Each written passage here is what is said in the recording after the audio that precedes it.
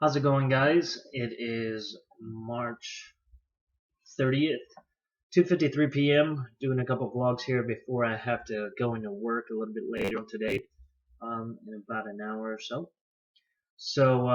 I wanted to do the first vlog, and I'll be putting up a second vlog since I didn't get a chance to do one yesterday. But the first vlog of today is going to be doing your research.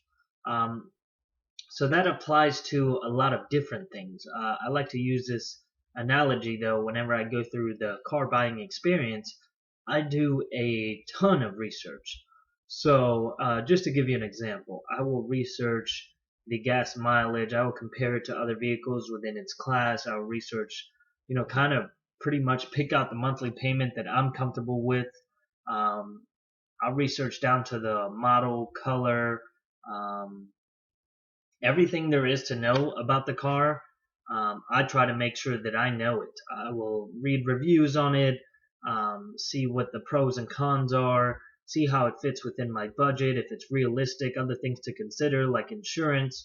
I mean, there's just so much research that goes into that experience for me. And I did one video on a car buying experience already, but um, just to show the amount of research that I do, I spend a decent amount of time.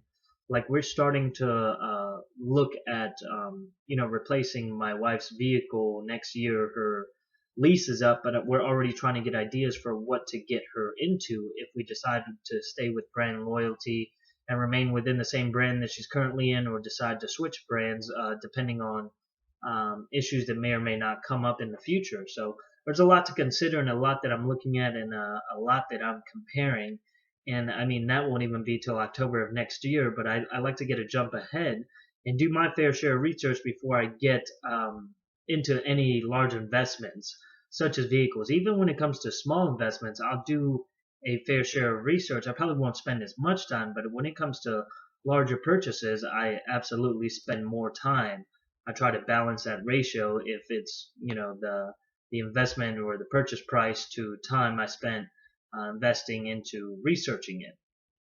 So, and it goes without saying. I mean, a lot of people sometimes when it comes to that car buying experience, just so we could stay on the same topic, some people will be blindfolded by a good deal or a good number or an advantage point to the dealership that you can't quite see.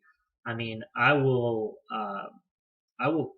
cancel a deal if I don't feel like I'm the one being that I'm taking advantage of the dealership. Um, and yeah, everybody's got to make money, so you can't be too frugal. But with your fair share of research and with what's available today, doing research is so much easier than decades ago, where you really didn't have all these comparisons that you can find on the internet whenever it comes to purchasing large items or even purchasing small items. And that doing your research goes into applies to a lot of other different facets, like educational based, doing your research for a particular institution that you want to attend to, seeing their graduation rate, seeing um, the different types of majors that they offer, where that might line up where you want to be. I mean, when it comes to making these life decisions, as I would call them, there should be a fair amount of research done in order to make sure that you facilitate the right decision that best applies and is best suited for you at that point in time.